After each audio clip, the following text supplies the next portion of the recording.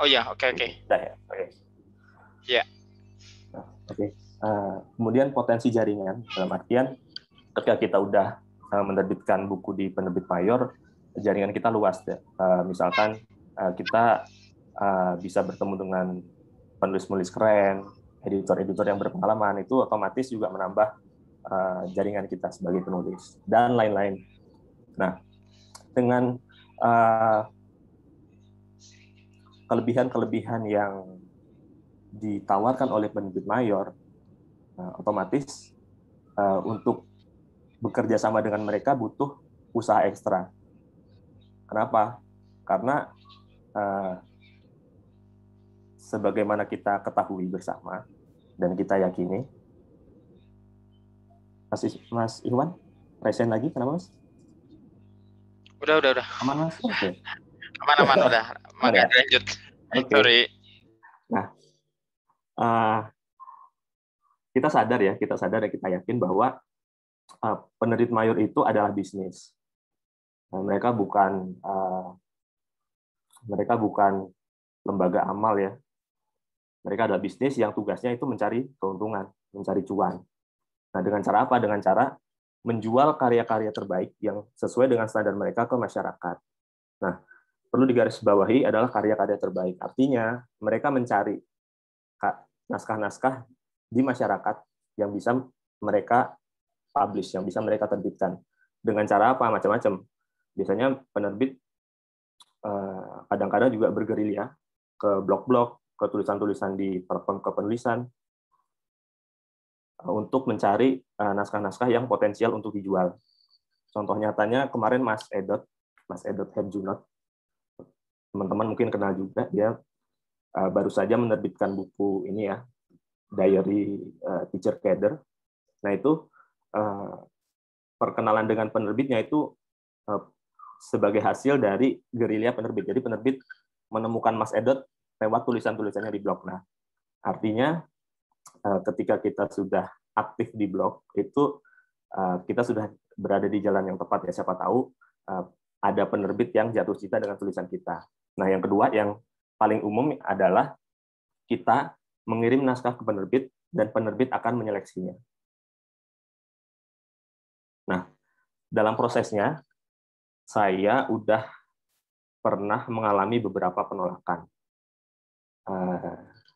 Di sini ada 4, maksudnya bukan 4 kali ya, lebih dari 4 kali penolakannya, tapi kalau saya kelompokkan, alasan-alasannya itu bisa saya bagi jadi 4. Yang pertama, saya pernah ditolak karena kualitas tulisan saya tidak memenuhi standar. Artinya, cerita saya kualitasnya masih buruk, cara menulis saya juga buruk. Ini terjadi pada saat awal-awal saya menulis. Jadi ceritanya saya dulu udah nulis panjang, sekitar 250 halaman novel. Tapi ketika dikirim ke penerbit menjawab bahwa naskah saya itu masih hijau, klise, karakternya tidak kuat, dan lain-lain. Intinya, kualitas tulisan itu benar-benar tidak memenuhi standar dari penerbit tersebut. Nah, pada saat itu ya sedih pasti ya. Cuman itu adalah salah satu contoh penerbit yang baik. Kadang-kadang penerbit itu tidak memberikan alasan mengapa naskah kita ditolak. Nah, yang kedua, potensi serapan pasar minim. Artinya, mungkin naskah kita bagus, cuman ketika penerbit melihat apakah mereka bisa menjual naskah kita ke pasar atau tidak, mereka melihat bahwa secara pasar naskah kita itu kurang diprediksi kurang bisa diserap, dalam artian kalau kasarannya ya kalau dijual itu susah lakunya gitu. Nah, saya pernah mengalami penolakan dengan alasan seperti itu. Kemudian tidak sesuai dengan fokus penerbit, artinya setiap penerbit kan punya fokus masing-masing, punya warna masing-masing ya. Kalau kita salah menerbitkan, mengajukan naskah kita ke penerbit yang berbeda warna dengan naskah kita, otomatis naskah kita bakal ditolak. Misalkan saya punya naskah novel remaja, saya kirimkan ke penerbit yang biasa menerbitkan naskah-naskah dewasa misalkan, itu pasti ditolak. Nah, itu saya pernah melakukan kesalahan seperti itu. Kemudian yang keempat yang paling menyebalkan ya, tidak ada jawaban apapun dari penerbit. Jadi ketika saya mengirimkan naskah, saya tunggu sebulan, 2 bulan, 3 bulan, selamanya itu nggak ada kabar apapun dari penerbit. Kalau penolakan 1-3 masih baiklah penerbitnya karena memberikan masukan ke kita. Tapi kalau yang nomor 4 ini yang paling menyebalkan. Mungkin juga teman-teman punya pengalaman yang sama, monggo nanti di-share ya. Nah, ini salah satu contoh penolakan yang pernah saya dapatkan. Nah, poin utamanya ini, sebuah naskah yang kami terbitkan adalah sebuah produk. Jadi harus kami nilai juga dari segi serapan pasarnya. Nah, penerbit melihat naskah saya itu kalau susah untuk dijual. Jadi mereka tidak bisa bekerja sama dengan saya. Nggak masalah, karena yang namanya mencari penerbit seperti nyari jodoh ya. Kadang gampang, kadang susah, dan ada halangan dan rintangannya. Dan nggak mulus-mulus amat, kadang-kadang seperti itu. Dan ini kita sebagai penulis, saya pribadi harus udah siap mental untuk menghadapi penolakan-penolakan seperti ini. Nah, dari penolakan-penolakan tersebut, saya mencoba melihat sebenarnya apa sih aspek yang dicari penerbit terhadap naskah kita. Yang pertama, tentu saja kualitas. Karena gimana pun juga penerbit nggak mau menjual barang yang kualitasnya buruk. Umpamanya kita penjual, kita nggak mau menjual barang-barang yang kualitasnya buruk karena itu berpengaruh dengan berpengaruh terhadap reputasi mereka. Kemudian yang kedua, serapan pasar. Mereka biasanya akan memprediksi ini barang akan laku dijual atau enggak sih kalau misalkan dilempar ke pasaran. Cara menjualnya seperti apa. Kemudian yang nangkep barang ini banyak apa enggak, demand-nya ada apa tidak gitu. Nah, dari sini kalau menurut saya antara kualitas dan serapan pasar itu harus match, harus ketemu. Artinya kadang-kadang begini, kadang-kadang ada buku yang penulisannya bagus banget, secara kualitas oke, tapi ternyata secara segmentasi pembaca itu sangat terbatas. Tema-temanya itu misalkan dia mengangkat tema yang sangat sensitif yang hanya bisa diterima di kalangan tertentu yang sangat terbatas. Nah, itu kadang-kadang penerbit juga mempertimbangkan hal tersebut gitu. Nah, ini tentu saja di luar ini ya, di luar konteks seleb tweet atau selebgram yang followernya juta-juta ya. Kalau selebgram dan seleb tweet yang followernya juta-juta, apa aja pasti ditangkap lah sama penerbit. Ini konteksnya manusia biasa seperti saya yang follower biasa aja, yang benar-benar mengandalkan peningkatan kualitas.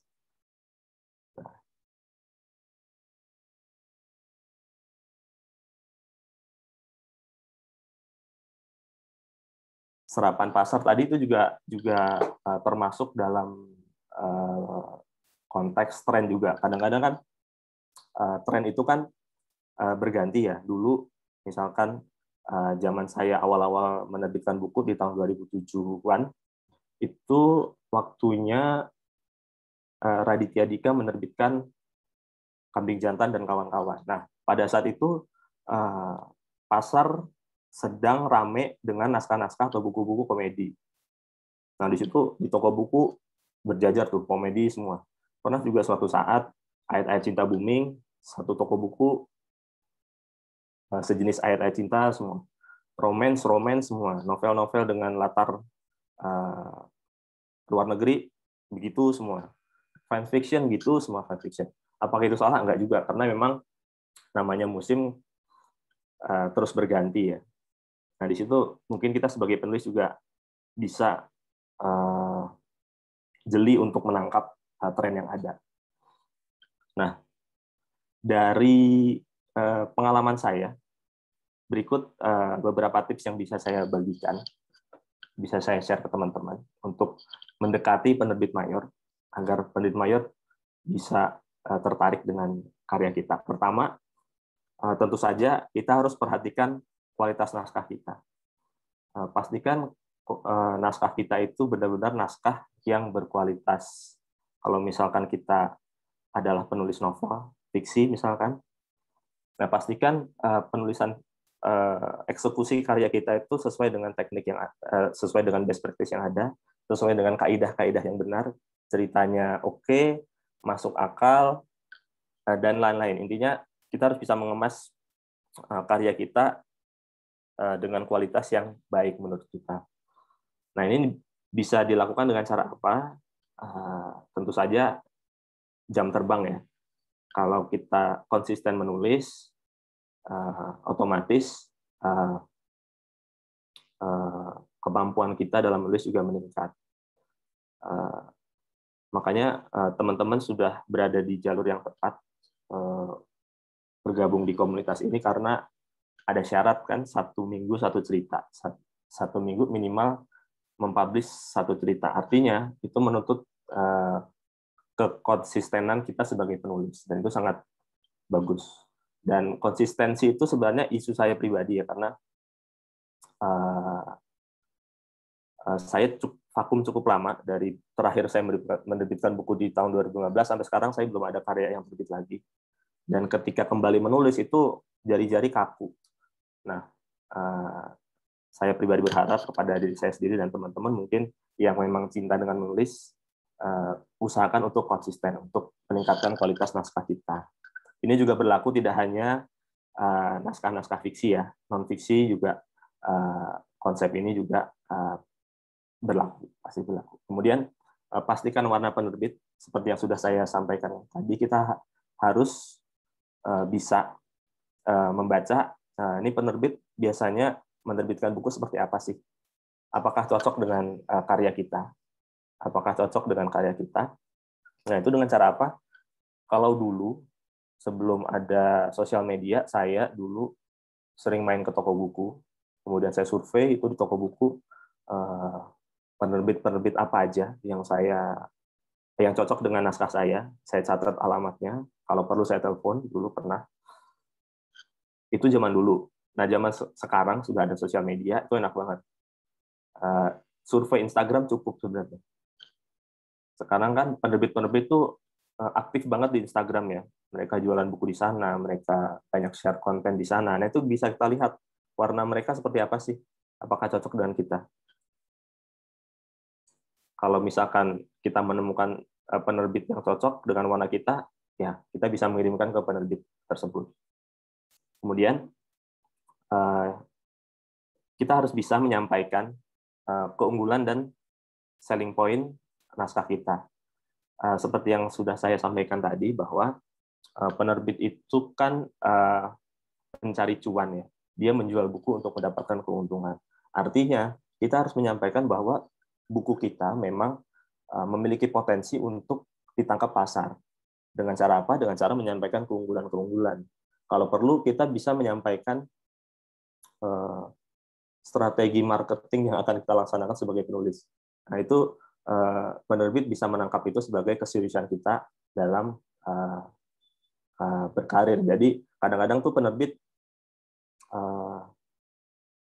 kesel dalam tanda kutip ketika kita menerbitkan buku di sana, ya sudah kita lepas, semua kita serahkan ke penerbit.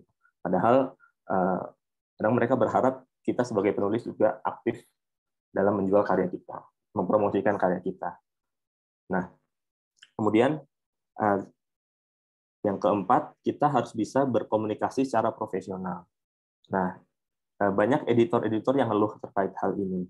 Jadi kadang mereka menerima email dari penulis itu tanpa greeting, tanpa salam, tahu-tahu udah email kosong tapi ada lampiran naskah. Nah, itu sering sekali penerbit ilfil untuk membaca naskah kita. Nah, akankah lebih baik?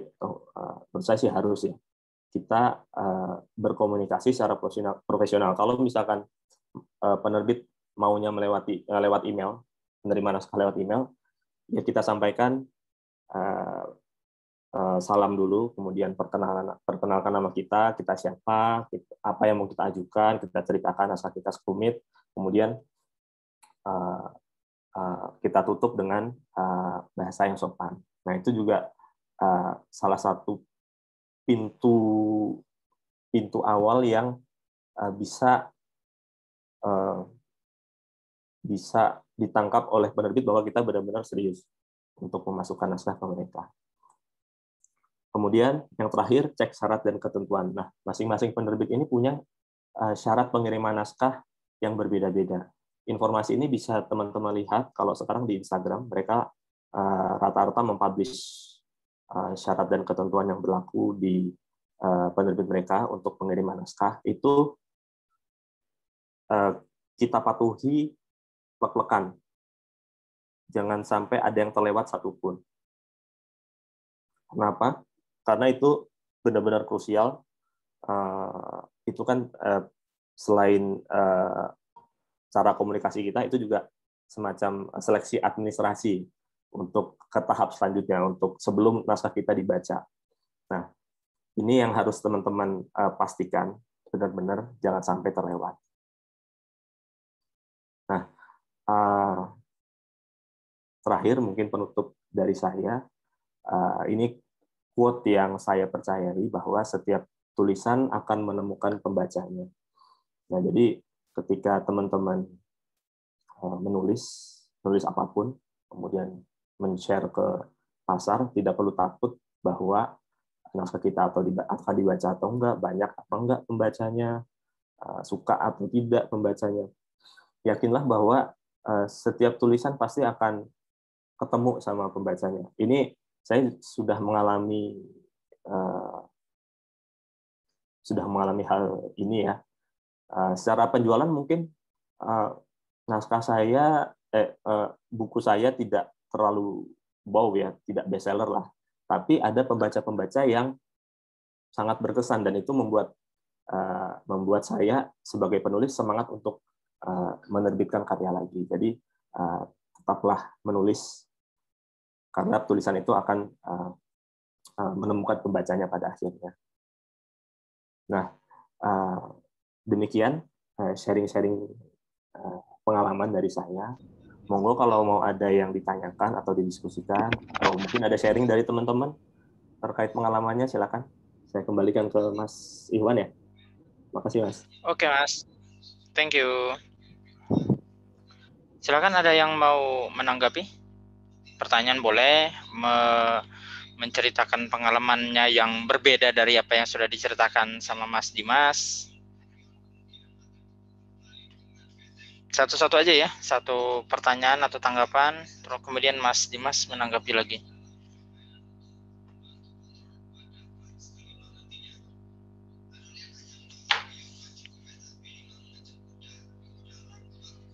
Loh, belum ada nih.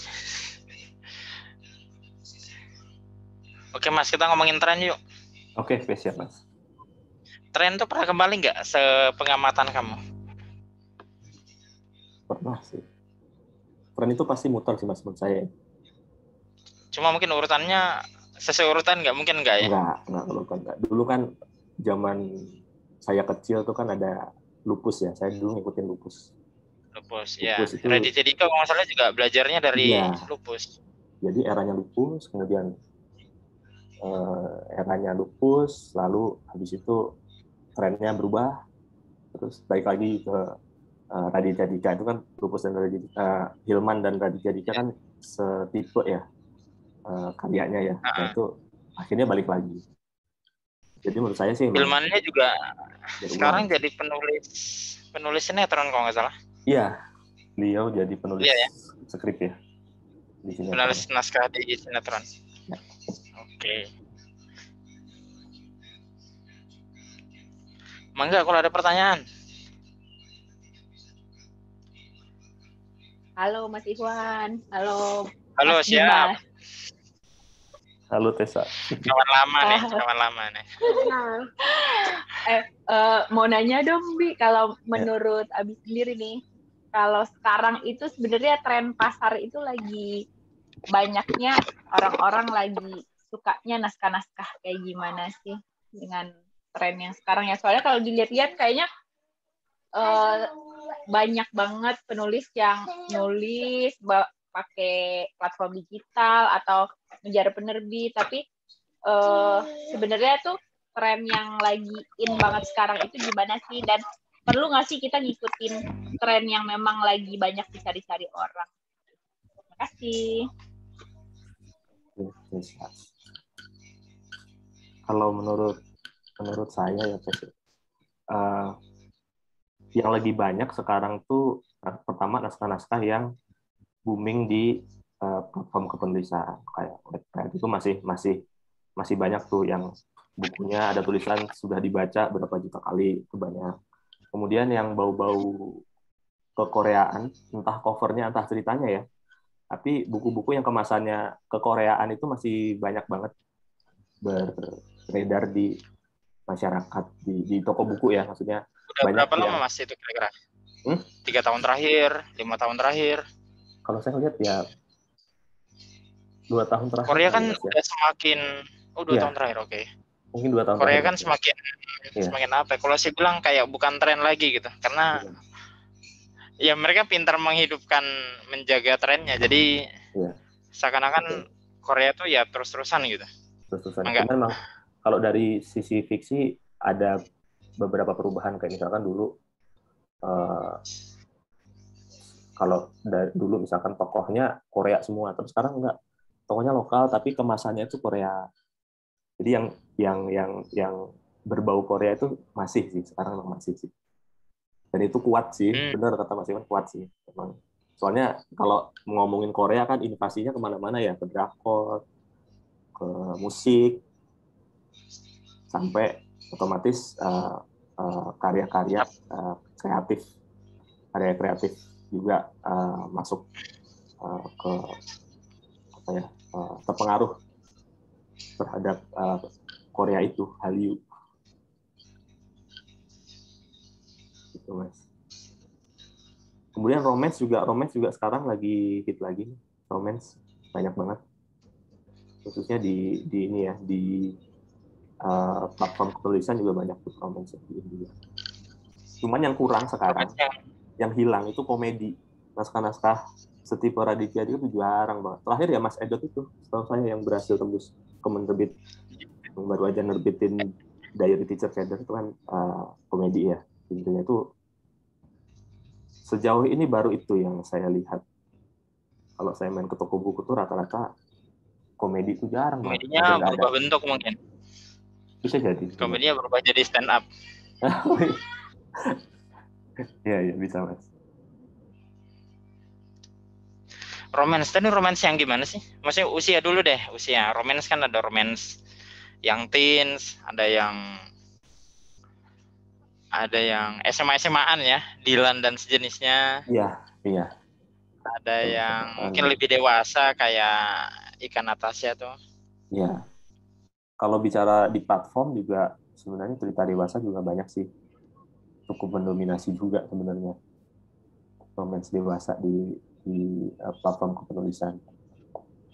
Dewasa yang gimana nih? Iya, ceritanya dewasa juga ada. Yang banyak adegan dewasa juga banyak di sana.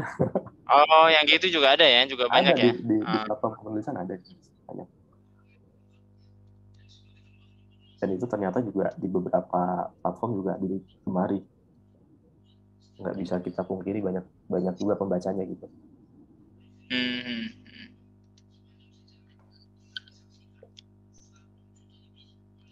Silakan kalau ada yang lain mau tanya-tanya.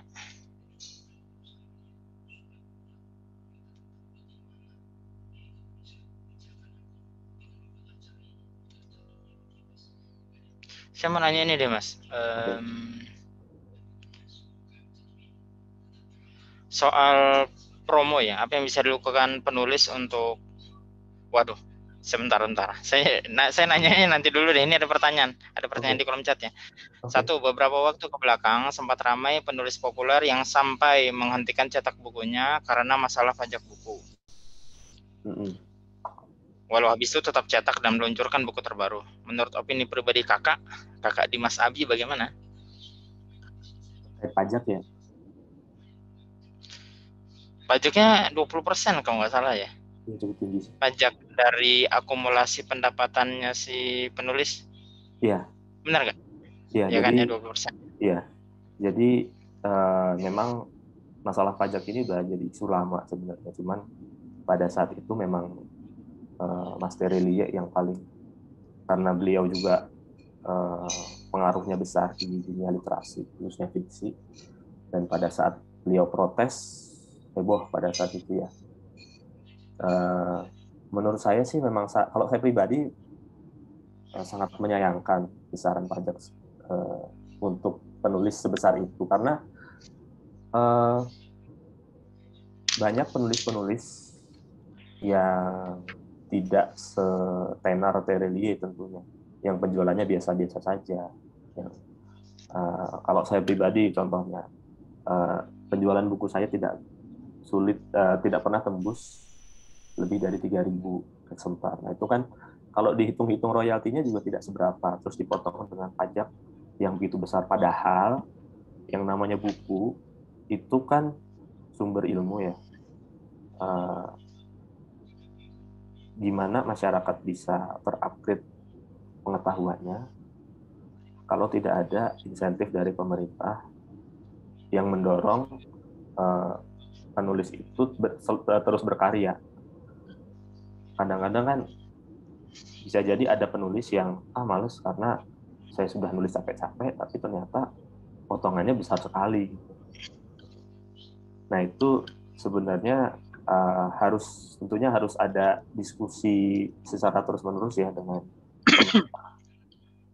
Dan penulis-penulis yang punya nama besar seperti Terelie, Mbak Aswanadia, dan pokoknya penulis-penulis yang papan atas, yang punya masa besar, punya pengaruh besar, saya berharap sih terus menggaungkan isu tersebut ya, tanpa henti, terus mengadakan diskusi sampai benar-benar ketemu angka yang pas untuk pajak untuk penulis itu. Itu sih menurut saya, Mas Iwan. Oke, begitu Kakak Simiawati Nur Wahidin. Ikut menyimak ya. Oke, gitu Kak Mia ya. Kita lanjut ke pertanyaan nomor 2. Saat ini banyak buku yang sudah cetak tapi didigitalkan di berbagai platform. Walau ada sebagian yang masih tidak ingin didigitalkan. Nah, bagaimana menurut kakak permasalahan digital ini bagi para penulis? Sebenarnya bukan masalah ya. Maksudnya harganya aja kayaknya lebih terjangkau nggak sih? Apakah penulis dapat pembagian dengan adil dengan sistem digital? Nah, menurutmu gimana? Kan kamu udah ada nih Mas, Idolku Cantik sama Running Mission. Ya semuanya juga ya detektif sekolah. Ya. Kalau banyak buku yang sudah dicetak tapi didigitalkan di berbagai platform.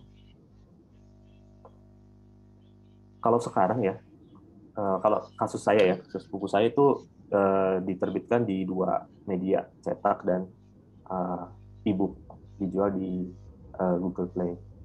Cuman memang kita tidak bisa ini kan bagian dari perkembangan teknologi, dan penerbit juga melihat bahwa e-book ini secara ongkos produksi juga jauh lebih rendah daripada buku cetak. Jadi kalau menurut saya pribadi sih tidak masalah mau medianya apa, selama naskah kita bisa dijangkau ke pembaca secara legal. Nah, apakah ada masalah ketika kita menerbitkan karya di penerbit di platform digital? Mungkin permasalahan sih sebenarnya selalu ada ketika kita menerbitkan di digital maupun di fisik ya. Cuman yang perlu kita garis bawahi adalah kita harus bisa melihat dengan jeli, dengan cermat kontrak yang ditawarkan. Karena itu yang benar-benar bisa kita nilai apakah kita sebagai penulis dan penerbit itu di level yang sama. Dalam artian ketika kita bisa bekerja sama dengan penerbit tersebut, terikat kontrak itu kerjasamanya bakal enak, bakal berlangsung jangka panjang tanpa ada masalah. Kalau untuk pembagian royalti mungkin ini ya, pembagian royalti, kalau saya lihat di platform online cukup besar ya. Ada beberapa platform yang 50-50, ada yang 60-40. Kalau di fisik royaltinya kan, kalau penulis pemula paling tinggi itu 10%. Rata-rata penerbit 10%. Tapi kalau di platform online itu bisa lebih dari itu. Karena ya itu tadi, di digital itu biaya produksi yang biasanya dikeluarkan untuk nyetak buku dan lain-lain itu hilang. Jadi mungkin mereka bisa mengalokasikannya ke penulis. Cuman yang saya bingung, kadang-kadang harga antara buku cetak dan buku digital itu mirip-mirip. Jadi ya itu mungkin keresahan saya juga ya, kenapa sih buku digital kan harusnya karena ongkos produksi itu hilang, kan harusnya biayanya harga yang ditawarkan itu lebih rendah ya daripada buku fisik. Nah ini kenapa harganya kalau saya lihat di Google Play itu mirip-mirip dengan buku cetak. Nah itu mungkin jadi isu baru juga itu yang harus didiskusikan dengan penerbit lagi. Mungkin gitu Kak untuk yang terkait penulisan di digital ini, Mbak Simiati.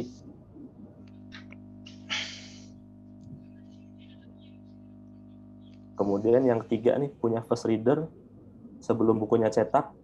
Ya, jadi istilahnya itu kalau di dunia fiksi ya, penulisan, mungkin non fiksi juga, beta reader namanya. Jadi pembaca-pembaca yang akan menilai naskah kita sebelum kita ajukan ke penerbit. Dalam artian, ketika draft kita sudah selesai, kita melempar ke mereka untuk mereka nilai. Idealnya, kita sebagai penulis harus punya beta reader tersebut. Bisa dari teman kita sendiri, atau kita bisa, kalau misalnya kita ada budget, kita bisa meminta jasa. Kan banyak editor freelance sekarang ya.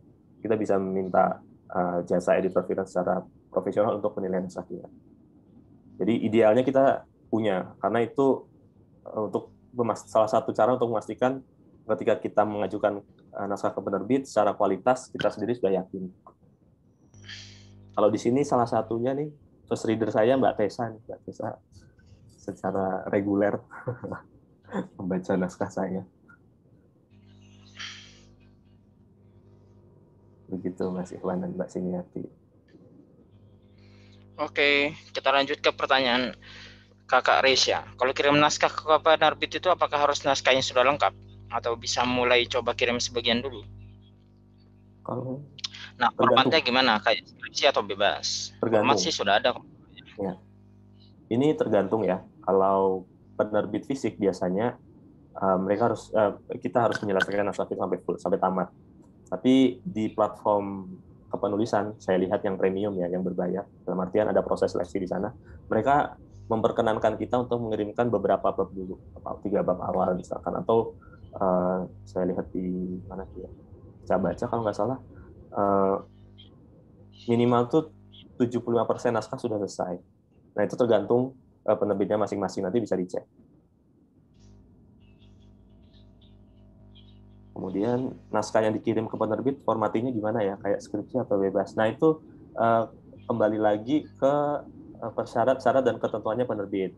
Itu detail kok, untuk formatnya seperti apa, fontnya apa, spasinya berapa, kemudian jumlah katanya berapa, itu biasanya disebut, diinformasikan oleh penerbit di websitenya atau di Instagramnya. Nah ini Mbak Simiati, Mas Aljita sudah hadir belum buat penulis? Oh kalau di itu tadi masalah royalti kan, kalau di digital platform kepenulisan ya, itu kan lebih besar porsinya, ada yang 50-50, ada yang 60-40 tergantung. Ya, dan itu memang jauh lebih besar daripada buku fisik yang cuma 10%. Kalau menurut saya sih adil ya, cukup adil sih sekarang. Karena secara persentase juga besar. Begitu, Mas Ikhwan dan Mbak Siniati dan teman-teman. Tapi yang digital ini penerbitnya banyak, Mas? Di digital itu ada penerbit yang khusus menerbitkan digital, ada penerbit Koru misalkan, itu mereka khusus menerbitkan digital. Kemudian platform-platform kepenulisan kan biasanya mereka ada ini, punya semacam mayornya, dalam artian naskah yang dikirimkan ke sana itu diseleksi dan akan diterbitkan dengan sistem koin, artinya pembaca bisa membaca tersebut, bisa membaca bab buku tersebut itu dengan cara membayar per bab, biasanya 2.000 gitu. Itu digital juga seperti itu sih Mas, itu termasuk digital. Oh, Oke. Ya itu termasuk digital. Maksud saya ini saya lihatnya kan Bukune ini penyampaiannya via Bukune ya. Bukune ini hanya lewat Google Play. Kalau saya lihat, iya, saya belum lihat di Gramedia online ya. Mungkin di Gramedia online ada juga deh. Tapi nanti saya cek. Mungkin teman-teman juga bisa cek di Gramedia online ada apa dan enggak. Cuman yang jelas di Google Play ada. Bisa double nggak sih? Double tuh Google Play masuk, di GWP masuk. Bisa. GWP apa? Gramedia online bisa. Bisa. Nanti kan setiap penjualan kan tetap angkanya kan tetap masuk ke penerbit kan. Nah, dari situ bisa. Oh, berarti yang masukin ke Google Play ya dari Gramedia juga, misalnya kita lewat Gramedia. Oke. Oh, tadi buku ini mungkin punya jalur lainnya selain Google Play ya? Mungkin di Gramedia online ada ya Mas ya? Nanti coba saya bisa cek deh. Di Gramedia online ada apa enggak? Oh, berarti tetap ada ininya dong Mas? Tetap ada, ibaratnya tetap ada tokonya ya? Tetap ada toko online-nya lah. Google Play itu sebagai toko online-nya gitu. Iya. Jadi sebenarnya rantai yang hilang dari penerbit, kemudian distributor buku sama toko buku, yang hilang itu ya distributornya. Tapi rantai penerbit dan rantai tokonya tetap ada gitu. Ya. Dan juga ini sih Mas, di platform kepenulisan juga biasanya mereka juga ada kerjasama dengan penerbit. Misalkan saya baca dengan penerbit Koru misalkan. Nah, buku-buku yang diterbitkan penerbit Koru itu bisa dibaca di platform Cabaca juga. Nah, itu kerjasama. Wiku juga kerjasama dengan penerbitnya banyak juga. Kemudian Sorial juga saya ada beberapa penerbit yang kerjasama dengan Sorial. Jadi secara ini udah blend lah. Oke nih, saya mau nanya Mas, dari TVV, kalau tidak salah dengar tadi buku Running Mission itu kan ketika Running Man datang ke Indonesia ya? Bisa sharing ceritanya kah bagaimana bisa ikut dalam penulisan dalam sebuah event seperti itu? Terima kasih atas jawabannya. Oh, Mbak Vivi kayaknya ini ya, Korea juga nih, Korea holic juga nih. Nah, dulu itu ceritanya gini. Jadi buku nih pada saat itu menangkap momen bahwa Running Man akan datang nih, personel Running Man akan datang, dan hype-nya pada saat itu kan besar sekali ya, terkenal banget. Nah, mereka itu mencari penulis yang bisa nulis cepat. Jadi pada saat itu salah satu kandidatnya saya. Jadi saya dihubungi langsung sama editor penerbit buku nih. Kemudian ditawari proyek ini. Konsepnya pada saat itu gimana sih jika personel Running Man itu hidup di Indonesia gitu. Tolong buat ceritanya. Gitu. Nah, itu proyek kolaborasi juga, nggak cuma saya dan penerbit, tapi juga ada Dimas Radio, ada radio yang mensponsori juga. Kemudian di samping saya menulis juga ada kontribusi dari teman-teman pecinta Running Man. Mereka juga mengirimkan tulisan juga. Jadi buku itu benar-benar dirilis karena penerbit menangkap momen. Bagi-baginya gimana Mas dengan kontributor yang lain? Ada bagi-baginya bagaimana dengan kontributor lain? Ada ini Mas, kalau secara royalti pembagiannya hanya antara saya dan Dreamers Radio. Kalau kontributor di bukunya itu kan banyak ya, pecinta-pecinta ramen yang mengirimkan tulisan. Nah, itu diberi hadiah oleh bukunya, merchandise. Oh. Itu. Ya, jadi dirimu berapa persen dari total isinya? Saya sekitar 60-65%, Mas. Oke, jadi sisanya itu yang dibagi-bagi ya? Sisanya itu kontributor dari pecinta Running Man, fans Running Man kirimkan tulisan. Waktunya tuh sependek apa, Mas? Sebulan, 2 minggu? Pada saat itu mereka, kalau saya itu prosesnya kurang lebih sebulan, Mas. Sebulan, oke.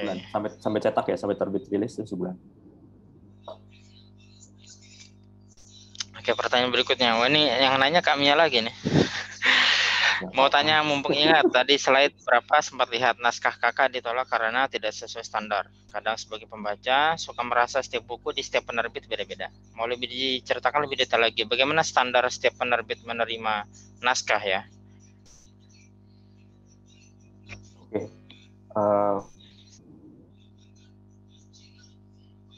Merasa setiap buku. Iya. Jadi pertama sih penerbit melihat secara tema, secara segmen pasar, secara tema naskah kita itu masuk nggak? Kan ketika kita mengajukan naskah, kita juga menyertakan sinopsis.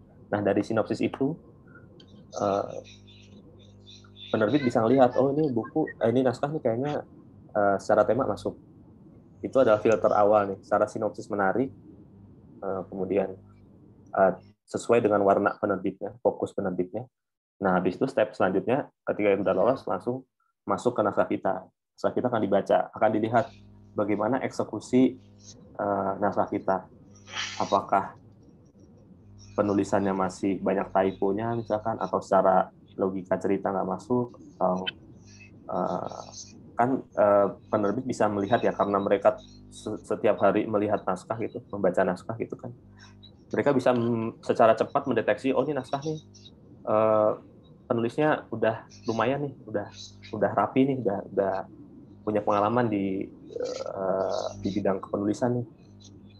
Sama penulis yang ini penulis baru nih, masih banyak typo-nya, ejaannya masih suka salah, masih suka banyak kata-kata non baku yang bertebaran di mana-mana. Nah, kalau standar umum ya dari sisi itu sih, dari sisi teknik penulisan kita tuh harus sesuai dengan kaidah yang berlaku, itu yang benar-benar dilihat sama penerbit. Dan kedua, kesesuaian tema. Kadang tema sesuai, kemudian eksekusi jelek ya nggak lolos juga. Atau tema sebenarnya biasa-biasa aja tapi masuk sesuai dengan warna. Kemudian mereka melihat naskah kita, walaupun temanya, idenya secara ide biasa, tapi eksekusi penulisannya bagus, itu kemungkinan besar lolos juga. Jadi kurang lebih seperti itu sih, Mbak Mia. Apakah menjawab ya? Cukup menjawab ya? Tidak ya? Nanti kalau nggak menjawab boleh tanya lagi. Boleh. Nanti ini penanya teraktif, kita kasihkan sesuatu lah. Oke Mas, ya mumpung nggak ada penanya ya, saya ingin nanya ya. Misalkan penerbit punya budget nih, budgetnya untuk satu judul 3.000 eksemplar. Kemudian datang dua yang sama nih, ya temanya sama. Kira-kira bagaimana kita menjual naskah kita sehingga naskah kita yang dipilih, bukan naskahnya si pesaing kita? Kira-kira gimana tuh? Nah itu ya mungkin dengan kata lain, bagaimana dari kita sebagai penulisnya maupun penjual naskahnya, maupun dari sisi isi cerita atau eksekusinya yang istilahnya tadi mengalahkan si calon lawan kita nih. Mungkin kita juga nggak kenal ya lawannya ya. Karena kan di satu sisi kan kita udah melihat bahwa tema ini jelas ada pasarnya, ada serapan pasarnya, tema ini juga sedang lagi tren gitu ya. Nah, yang masuk ke penerbit kan ada beberapa tuh mungkin tuh.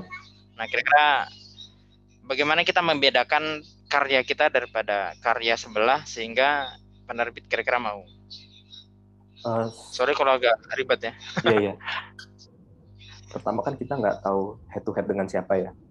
Kita yang bisa kita lakukan kan membuat naskah kita, menuliskan naskah kita dengan baik menurut versi kita.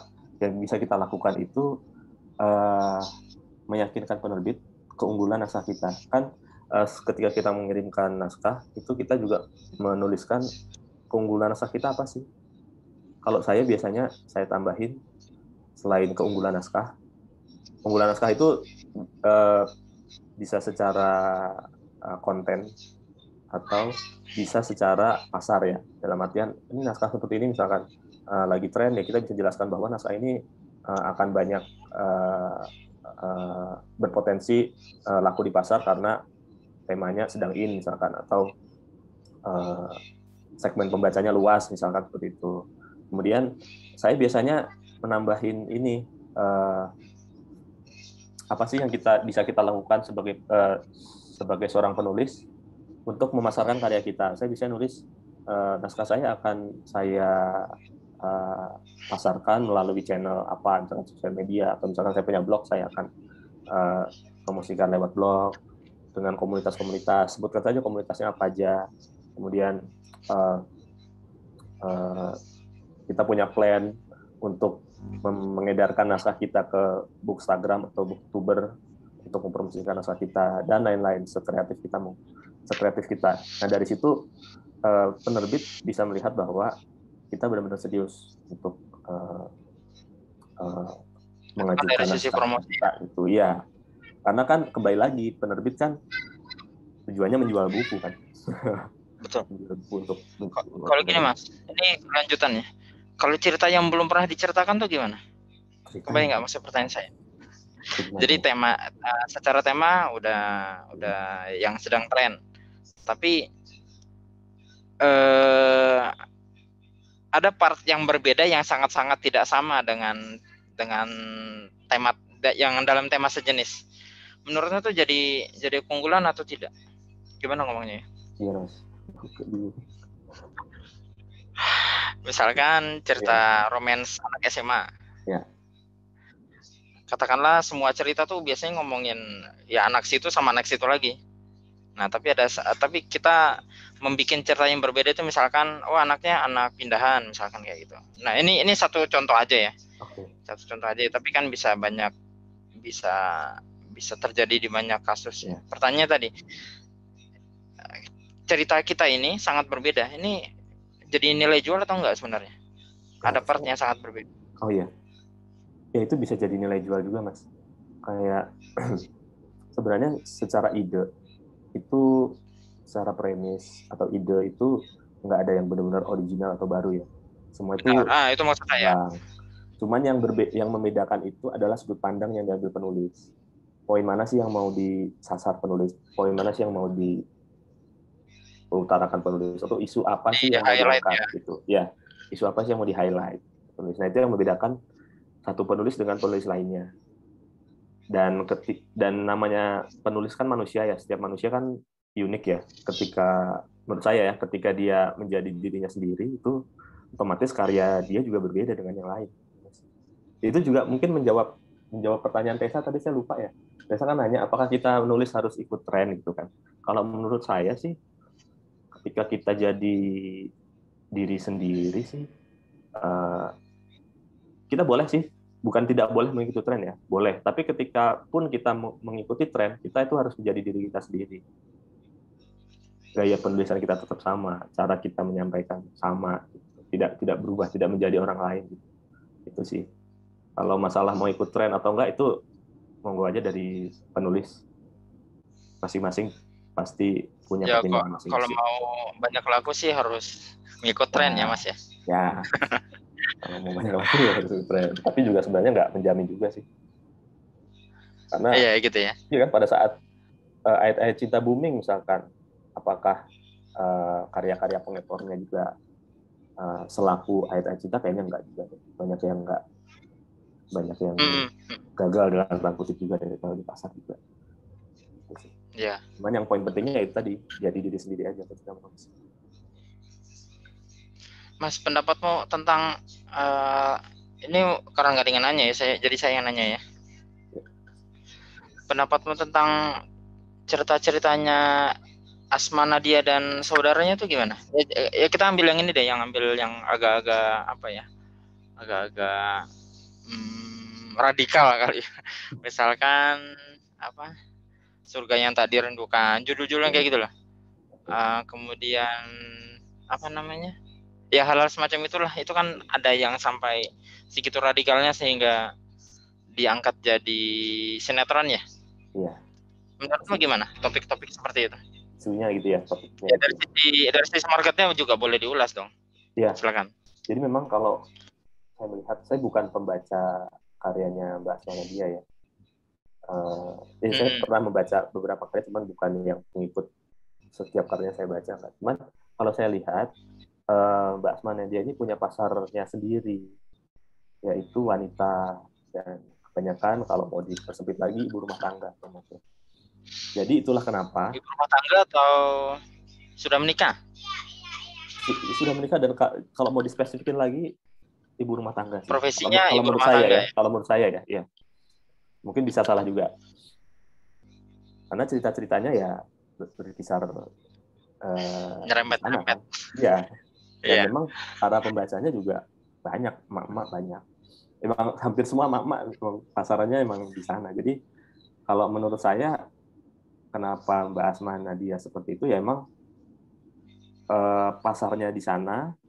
Kemudian keresahan-keresahan yang dia angkat itu kan kalau saya perhatikan kan memang dari pengalaman beliau berinteraksi dengan para wanita di sekitarnya, di sekelilingnya, di lingkungannya. Iya. Nah, dari situ diangkat sebagai cerita. Nah, isu-isu itu yang banyak yang dirasa relate oleh para wanita di luar sana. Betul. Itu sih. Kalau secara topik sih nggak masalah. Viral dan terjadi itu layangan putus gitu ya. Iya. Tahu nggak, Mas? Tahu sih. Tapi saya agak lupa ceritanya gimana. Tapi tentang itu kan, tentang ya gitu-gitu mendua lah ya. Mendua, mentiga, mengempat. Iya gitu. Oke, mana nih penanyanya lagi nih? Ini mumpung ada Tessa nih. Tessa ada nggak? Tes? Halo Tes. Lagi nih. Saya sebenarnya pengen. Sorry sambil ngejar bocah-bocah. Oh ya udah. Tessa bisa ditanyain nggak Tes? Aku pengen nanya nih. Ya, kok jadi aku yang ditanya? Harusnya kayak nanya. Bulan lalu dong. Mumpung temanya ini nih. Silakan. Gimana? Jadi kan Tessa lagi proses di penerbit mayor nih. Nah itu ada perbedaan nggak dengan zaman dulu gitu? Atau masih sama-sama aja dengan yang saya ceritakan tadi, Tess? Sama sih mungkin ya, sama yang tadi diceritain Mas Abi. Setiap naskah pasti akan menemukan pembacanya. Mungkin itu, padahal sih naskah saya yang proses di penerbit mayor itu pernah diikutin lomba tapi nggak menang, pernah dimasukin ke penerbit mayor yang lain yang menurut saya itu malah levelnya lebih kecil malah ya dibanding si penerbit mayor yang sekarang lagi proses, itu juga ditolak. Tapi ternyata waktu itu saya ikut training, salah satu pematerinya editor dari penerbit mayor itu dia baca naskah saya dan dia tertarik. Jadi menurut saya sih memang jangan pernah berhenti untuk memperbaiki kualitas cerita kita, mungkin ya seperti poin yang tadi Mas Abi bilang. Setelah itu kita tinggal cari penerbitnya, menemukan yang cocok, ya untung-untung kalau diterima. Dan 1 kali penolakan, 2 kali penolakan itu jangan pernah bikin kita patah semangat mungkin ya, karena belum satu pintu ketutup, mungkin ribuan pintu lain terbuka, CL. Kayak gitu ya. Monggo, silahkan dilanjut. Oke, lanjut monggo Tes.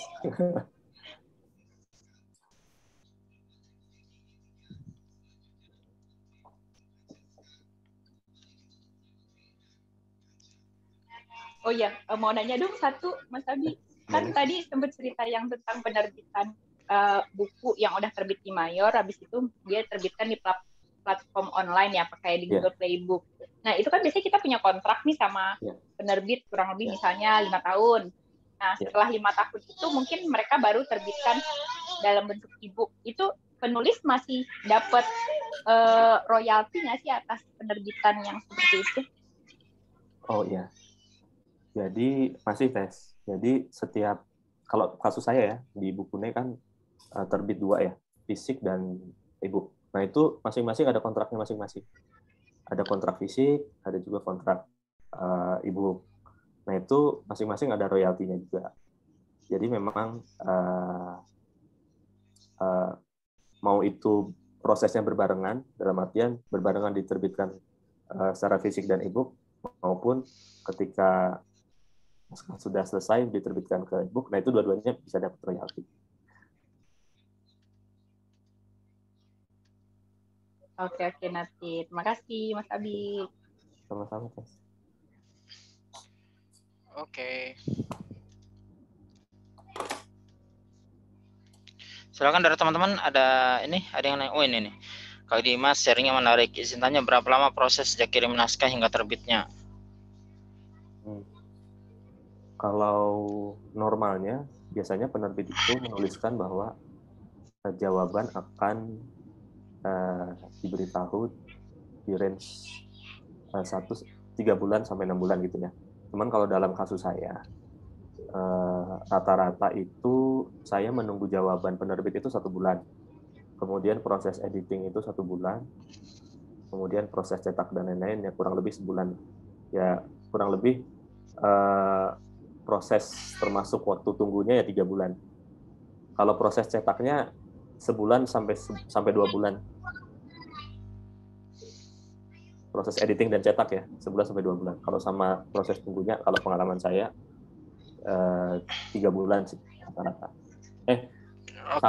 Maksudnya sama proses tunggunya sampai editing dan cetak itu kurang lebih 3 bulan.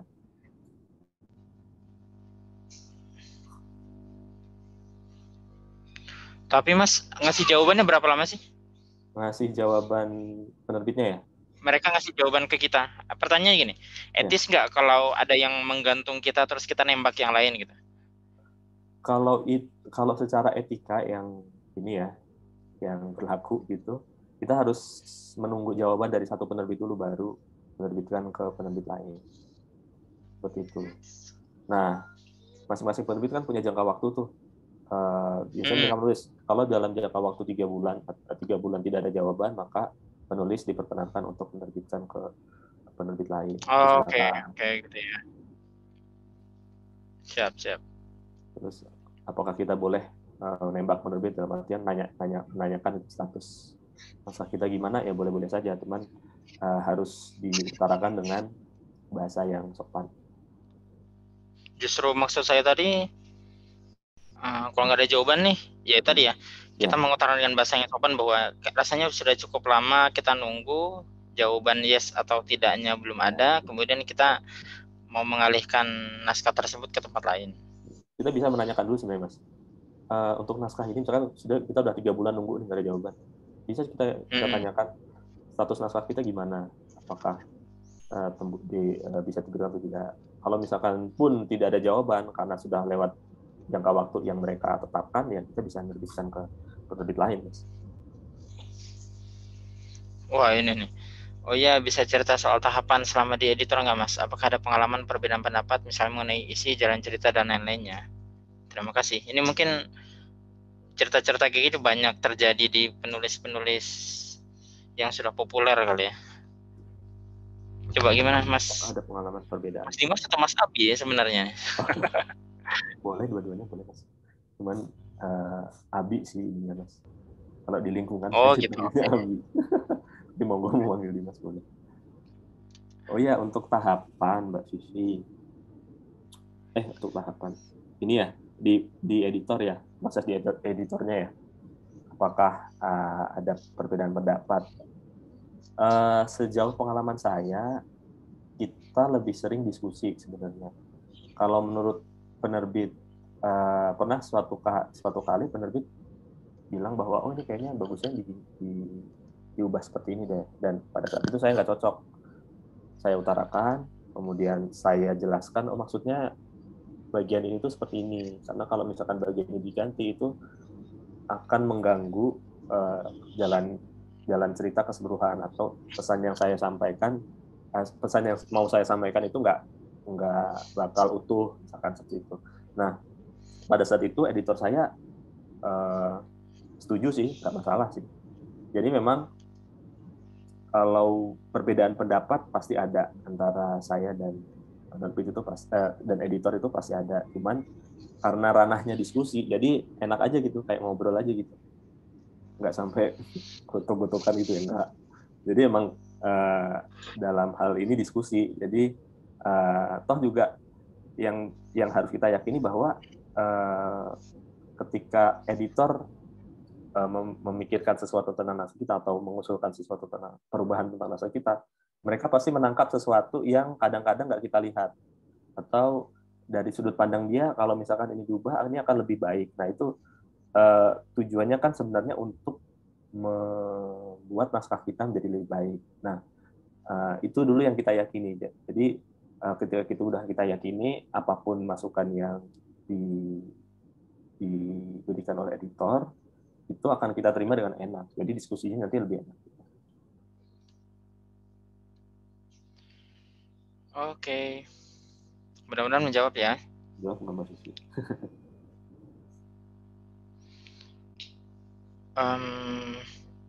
Udah 1 jam lebih nih, udah 70 menit malah kayaknya ya.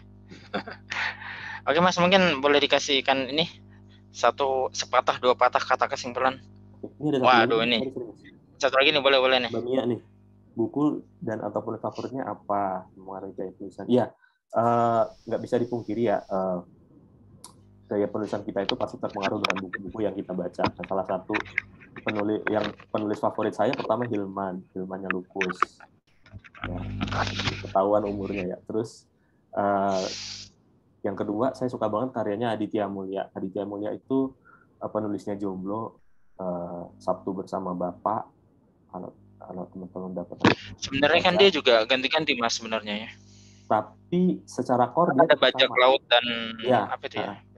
Secara genre emang secara tema memang ganti-ganti, cuman gaya penulisannya tetap sama, komedi. Nah, oh ya komedi ya. Oke. Ya. Nah, itu yang jadi yang saya suka. Jadi dimanapun Aditya Mulya main di genre apapun, di tema cerita apapun, tapi tetap dia membawa identitasnya sebagai penulis yang lucu gitu. Nah itu saya suka tuh. Yeah. Dan gaya penulisan saya awal-awal dulu sangat terpengaruh sama beliau sih. Dia kalau di YouTube malah bahas rumah. Bahas KPR ya. Iya, bahas KPR dan lain-lain. Itu juga tuh. Oh iya. Oke Mas, mangga ditutup ya. Silakan. Kesimpulannya mungkin. Oke, terima kasih Mas Ikhwan dan teman-teman atas perhatiannya. Sebagai penutup, untuk saya pribadi juga, bahwa kita sebagai penulis yang harus kita fokuskan terlebih dahulu adalah kualitasnya.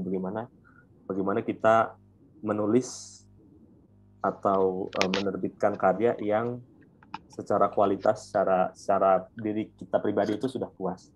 Artinya ketika diri kita sudah puas, ketika kita sudah puas akan karya kita secara kualitas, kita nyaman dengan karya kita, ketika kita mengajukan ke penerbit itu nothing tulus jatuhnya. Karena toh kita sudah memberikan yang terbaik di tulisan kita, di dalam naskah kita. Yang kedua, tetaplah konsisten menulis. Jadi teman-teman beruntung nih udah ada di komunitas yang tepat, 1 minggu 1 cerita.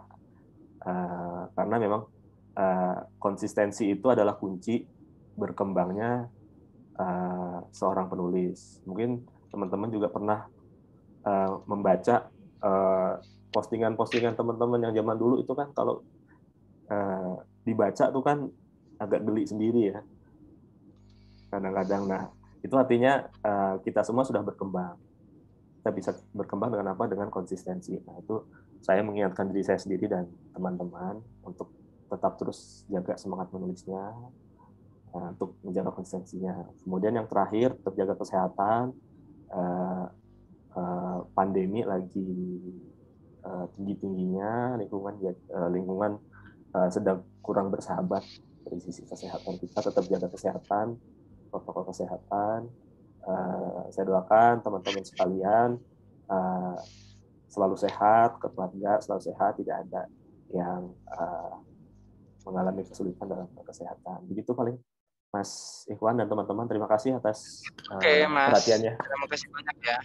Jadi Pak Mas, jadi jangan lupa beli bukunya ya Mas Dimas Abi ya. Oke, thank you semua. Ya, terima kasih. Ya, selamat malam. Assalamualaikum warahmatullahi wabarakatuh. Mas, makasih, nanti di ini aja. Makasih Mas Ikhwan. Recordingnya di stop aja ya. Stop ya. Ya, thank you.